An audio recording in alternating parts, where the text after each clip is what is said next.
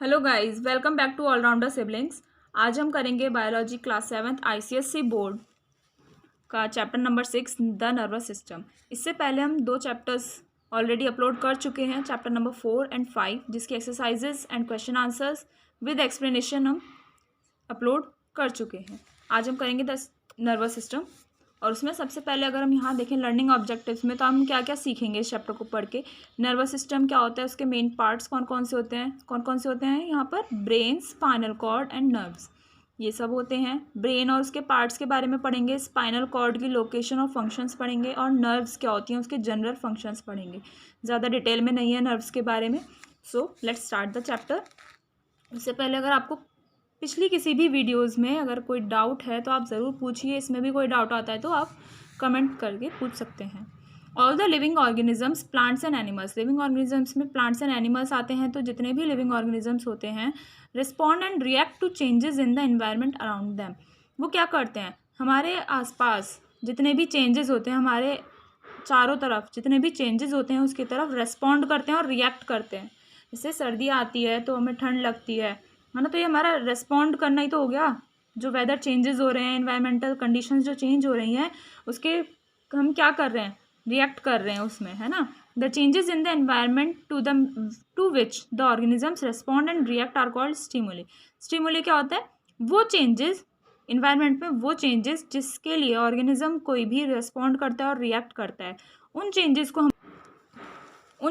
हम बोलते हैं स्टिमुली। स्टिमुली प्लूरल फॉर्म होती है और इसकी सिंगुलर फॉर्म क्या बोलते हैं, हम उसे बोलते हैं स्टिमुलस। ठीक है। The living organisms show response to stimuli. Living organisms जो होते हैं वो इस स्टिमुली के लिए रेस्पॉन्स शो करते हैं। कौन कौन सी स्टिमुली होती हैं, जैसे light, heat, cold, sound, smell, taste, touch, pressure, pain, water, force of gravity, और भी बहुत सारे ऐसे स्टिमुलीज होती हैं। ठीक है। The response of organisms to a stimulus, किसी भी ऑर्गेनिज्म का जो रेस्पॉन्स होता है एक स्टिमुलस के आगे, किसी भी स्टिमुलस के रेस्पेक्ट में जो ऑर्गेनिज्म रेस्पॉन्स करते हैं वो किस फॉर्म में होता है, हमें कैसे पता पड़ता है कि उसने रेस्पॉन्स किया है, तो उनकी बॉडी पार्ट में कुछ मूवमेंट होता है। ठीक है। जैसे for example, if a man touches a very hot utensil accidentally, अगर कोई भी पर्सन एक बहुत ही गर्म बर्तन को, यूटेंसिल मीन्स बर्तन होता है, उस गर्म बर्तन को अचानक से, एक्सीडेंटली यानी अचानक से टच कर लेता है, he quickly pulls his hand away from the hot utensil, वो जल्दी से क्या करता है, उस यूटेंसिल से, उस गर्म बर्तन से अपना हाथ पीछे की तरफ खींच लेता है। यहाँ पर हीट इज़ द स्टिमुलस, जो हीट थी वो स्टिमुलस है। ठीक है। क्योंकि वो चेंजेस हो गए इन्वायरमेंट में, मीन्स वहाँ पर उस समय जो वो पर्सन काम कर रहा था वो क्या कर रहा था, हीट कर रहा था। हॉट यूटेंसिल था, वो बहुत ज़्यादा कुछ काम कर रहा होगा, तो हीट यहाँ पर स्टिमुलस हो गया। And the man reacts by moving his hand away from the hot utensil, और उसका रिएक्शन कैसा रहा, वो पकड़ के तो खड़ा नहीं रहेगा, उसने क्या करा, जल्दी से गर्म बर्तन से अपना हाथ हटा लिया, तो उसका रिएक्शन हो गया। ठीक है। स्टिमुलस ये होता है और रिएक्शन ये होता है।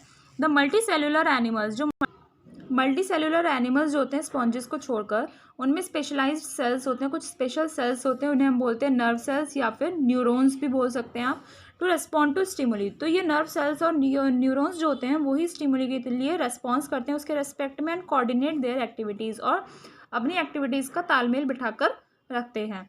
A system made up of nerve cells is called nervous system. एक ऐसा सिस्टम जो नर्व सेल्स से मिलकर बना होता है उसे हम क्या बोलते हैं, नर्वस सिस्टम बोलते हैं। The control and coordination in higher animals called vertebrates, जो कंट्रोल एंड कोऑर्डिनेशन होता है हायर एनिमल्स में, उन्हें हम बोलते हैं वर्टिब्रेट्स। वर्टिब्रेट्स में ह्यूमन बींग्स भी आते हैं। Takes place through nervous system, nervous system के थ्रू होता है, as well as hormonal system, दोनों सिस्टम होते हैं। कंट्रोल एंड कोऑर्डिनेशन जो होता है ह्यूमन बींग्स में या वर्टिब्रेट्स में, वो 2 सिस्टम्स के थ्रू होता है, nervous system and hormonal system. Hormonal system को हम एंडोक्राइन सिस्टम भी बोलते हैं। इन ह्यूमन बींग्स में nervous system and endocrine system, human beings में जो नर्वस सिस्टम और एंडोक्राइन सिस्टम होता है वो एक साथ काम करता है। किस लिए काम करता है, to control and coordinate all our activities, जितने भी हमारे काम होते हैं, जितनी भी हमारी एक्टिविटीज़ हैं, उन्हें कंट्रोल करता है और कोऑर्डिनेट करता है। सच एज, कौन कौन से एक्शंस होते हैं हमारी, कौन कौन सी एक्टिविटीज़ होती हैं, जैसे फिजिकल एक्शंस, जो भी हम काम कर रहे हैं, our thinking process, our emotional behaviour, ये सभी इन्हीं एक्टिविटीज़ को कंट्रोल एंड कोऑर्डिनेट करता है नर्वस सिस्टम और एंडोक्राइन सिस्टम। दोनों सिस्टम्स एक साथ कोऑर्डिनेट करते हैं। Both the systems of coordination, दोनों सिस्टम्स जो होते हैं कोऑर्डिनेशन के, नर्वस सिस्टम और एंडोक्राइन सिस्टम जो हो गए consist of a number of organs, उसमें बहुत सारे ऑर्गन्स होते हैं जो एक साथ काम करते हैं एक सिस्टमेटिक वे में, ठीक है, एक सिस्टम के थ्रू वो काम करते हैं।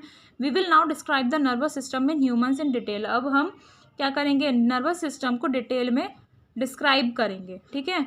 अब यहाँ पर ये आप ह्यूमन सिस्टम देख रहे हैं, नर्वस सिस्टम है ये पूरा, ये जितनी भी ब्लू लाइंस आपको दिख रही हैं सब नर्व्स हैं बॉडी की।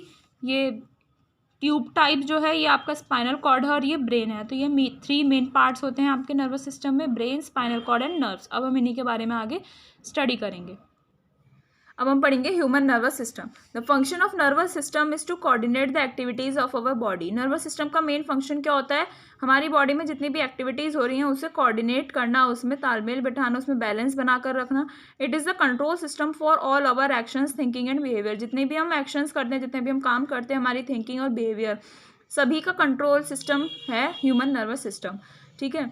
The nervous system helps all other systems of our body to work together. जो नर्वस सिस्टम होता है वो हमारी बॉडी के बाकी के जितने भी दूसरे सिस्टम्स होते हैं उन्हें एक साथ काम करने के लिए क्या करता है, उसमें हेल्प करता है।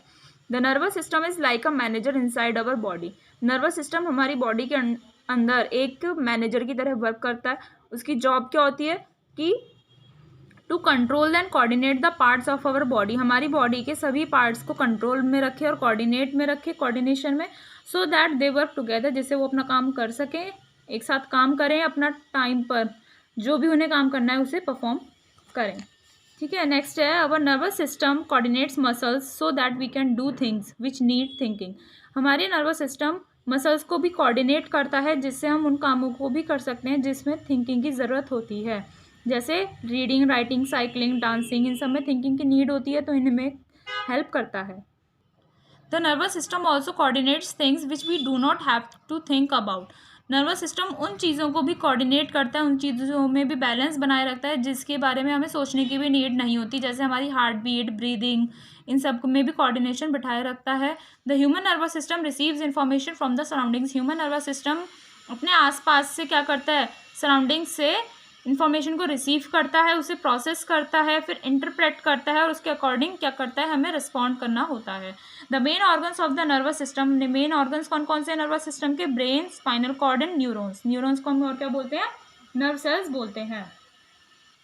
Brain, brain is the highest coordinating centre in the body. पूरी बॉडी में, हमारी फुल बॉडी में हाईएस्ट कोऑर्डिनेटिंग सेंटर कौन सा है, ब्रेन। ये मेन कोऑर्डिनेशन सेंटर है।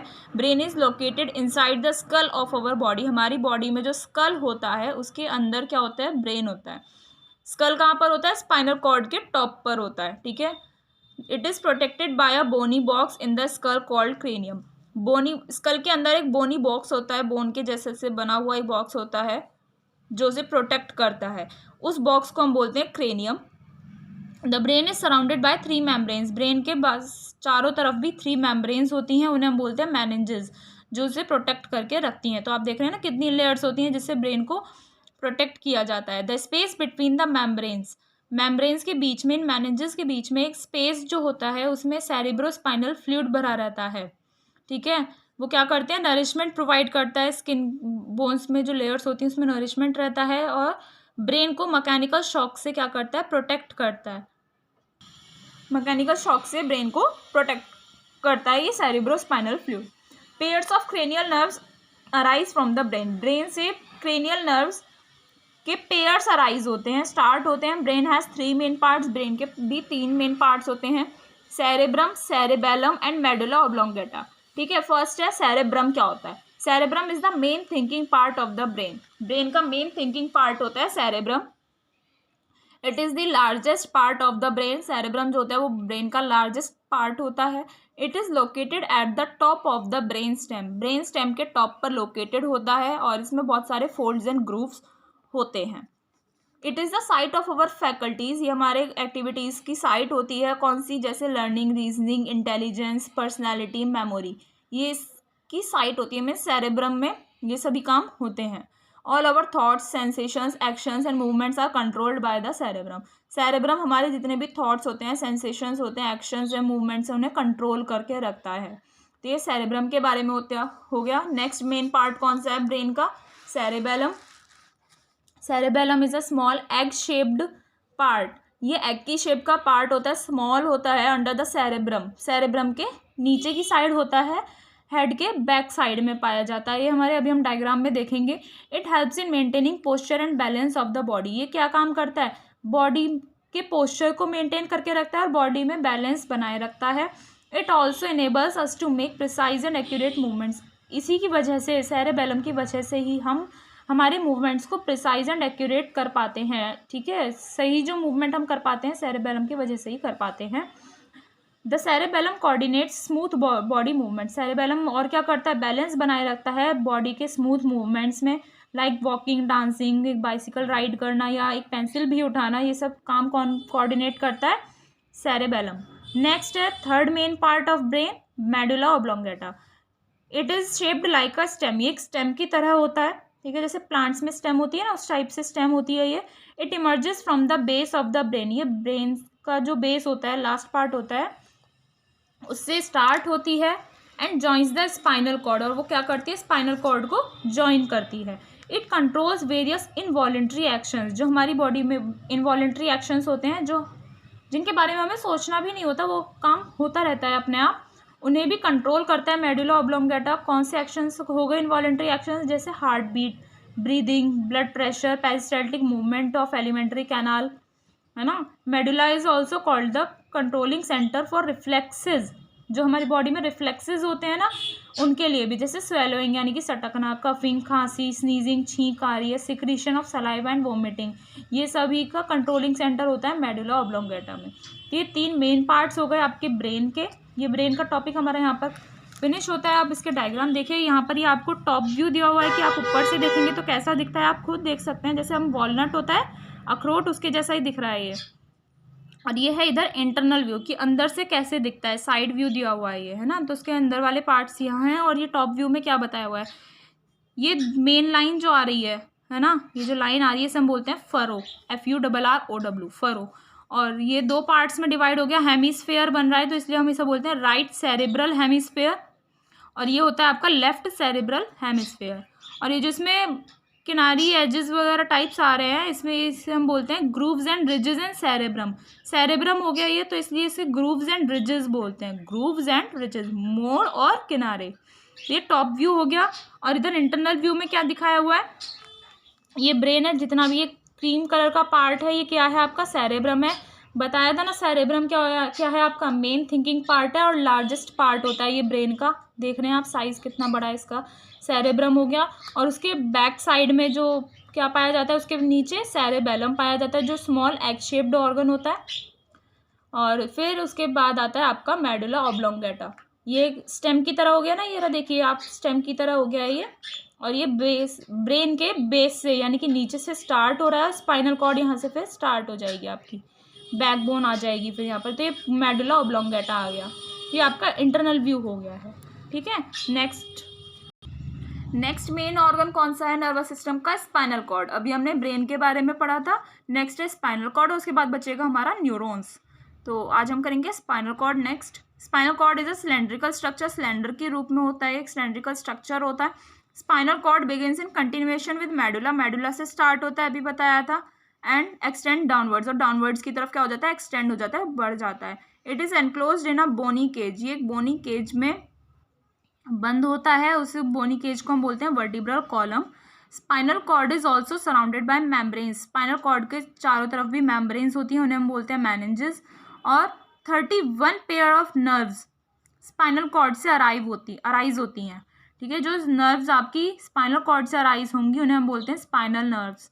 ठीक है, it is responsible for the transfer of information between the brain and the rest of the body. ये जो नर्व्स होती हैं वो क्या करती हैं? इंफॉर्मेशन का ट्रांसफ़र करती हैं ब्रेन से पूरी बॉडी में, रेस्ट ऑफ द बॉडी में ट्रांसफ़र करती हैं इन्फॉर्मेशन को। तो यहाँ पर लिखा हुआ है स्पाइनल नर्व्स, जो स्पाइनल कॉर्ड से स्टार्ट हो रही हैं वो कौन सी नर्व्स होती हैं? स्पाइनल नर्व्स होती हैं। अराइज हो रही हैं, है ना, तो उन्हें हम बोलते हैं 31 पेयर्स होते हैं वो उसके। और क्रेनियल नर्व्स जो क्रेनियम से बनती हैं, अराइज होती हैं, उसके होते हैं 12 पेयर्स। तो ये आपको याद रखना होगा। यहाँ पर वर्टिब्रल कॉलम का डायग्राम दिया हुआ है। ये आपका मेडुला ऑब्लोंगेटा यहाँ से होता है ना, फिर यहाँ से स्पाइनल कॉर्ड बैकवर्ड की तरफ डाउन वो हो जाती है, एक्सटेंड।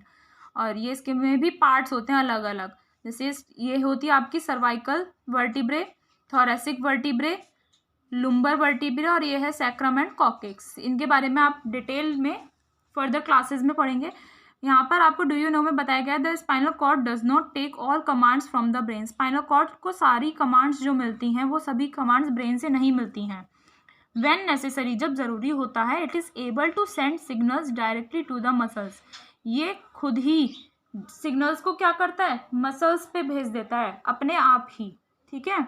उसे ज़रूरी नहीं है कि वो सारी कमांड्स पहले ब्रेन को पहुंचाएगा फिर ब्रेन मसल्स तक पहुंचाएगा, नहीं। जब ज़रूरी होता है तो वो क्या करता है, स्पाइनल कॉर्ड इतना एबल होता है, इतना कैपेबल होता है कि वो खुद ही मसल्स तक भेज सकता है।